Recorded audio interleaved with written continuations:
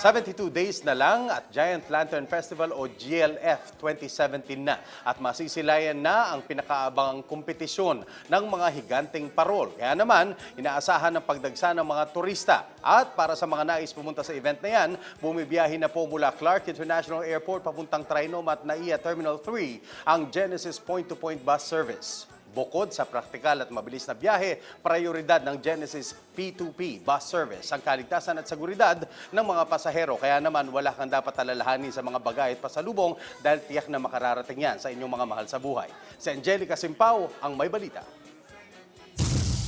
Safe tsaka mas convenient talaga.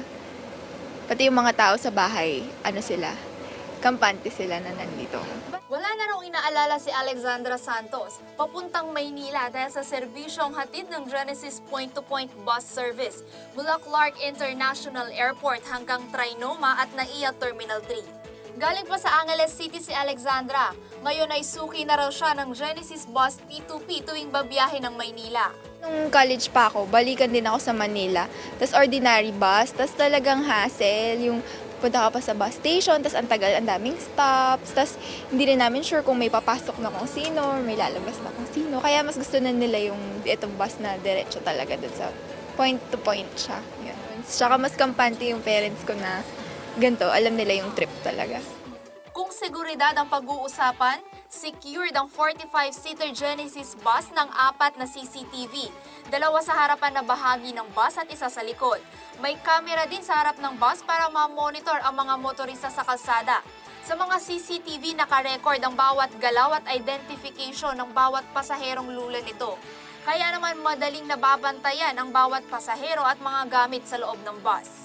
Always available din ang free Wi-Fi, TV at charging port sa bawat upuan para sa mga pasahero. Halimbawa may emergency kang kailangang tawagan o kaya na low bat ka, pwede kang mag-charge kahit na nasa traffic ka. Yaan ang testimonya ni JB na magiging suki na umano ng Genesis P2P na madalas ding bumiyahe mula Clark to Manila. Bukod sa iwas hassle na palipat-lipat na sasakyan, ay may charger na kailangan din ng mga commuters at CCTV na nakamonitor sa mga pasahero. Ligtas, mabilis, diretso at swak sa budget. Yan ang serbisyong hatid ng Genesis Point-to-Point Bus Service. Ang pamasahe abot kaya. Mula Clark to Trinoma ay 250 pesos. Clark to Ortigas, 300 pesos. Clark to NAIA Terminal 3, 350 pesos. May nakatalagang 4 na pick-up point sa loob ng Clark Freeport Zone, ang Genesis P2P Bus Service. Makikita yan sa Clark International Airport, Nayong Pilipino, DOTR and Clark Center at Transport Hub malapit sa SM City Clark. Kada oras naman ang alis ng bawat Genesis P2P bus. Nagbubukas ng 1:30 ng umaga ang ruta ng Clark to NAIA hanggang 11 o'clock ng gabi. Ang biyaheng Clark to Trinoma ay mula alas 4 ng umaga hanggang alas 8 ng gabi. Trinoma to Clark naman ay umaarangkada ng alas 4 ng umaga hanggang alas 9 ng gabi. Samantalang ang NAIA 3 to Clark ay alas 4 ng umaga hanggang alas 12 ng gabi.